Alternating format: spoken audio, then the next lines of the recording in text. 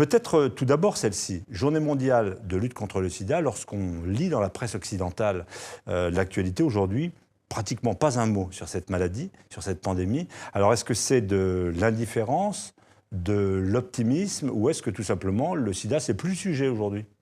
Je crois malheureusement que c'est de l'égoïsme.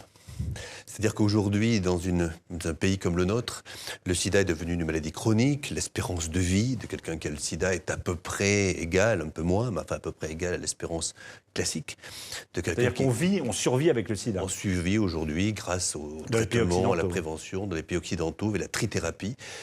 Mais on oublie que sur 100 personnes qui ont le sida, 40 sont soignées et 60 ne le sont pas.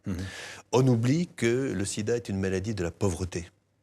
On oublie qu'aujourd'hui, il y a pratiquement 1,5 milliard d'êtres humains qui gagnent moins de 1,25 $ par jour.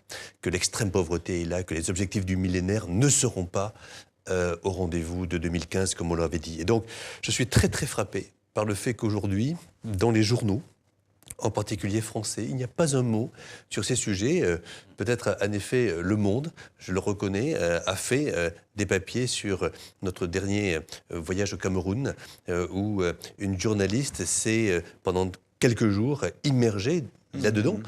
Mais en dehors de ce journal, je n'ai rien vu aujourd'hui. Et c'est dommage, parce que c'est un sujet majeur. Vous vous rendez compte, 60% des gens qui ne sont pas soignés, ce que ça veut dire un nombre de dizaines de milliards dans 20 ans ou 30 ans?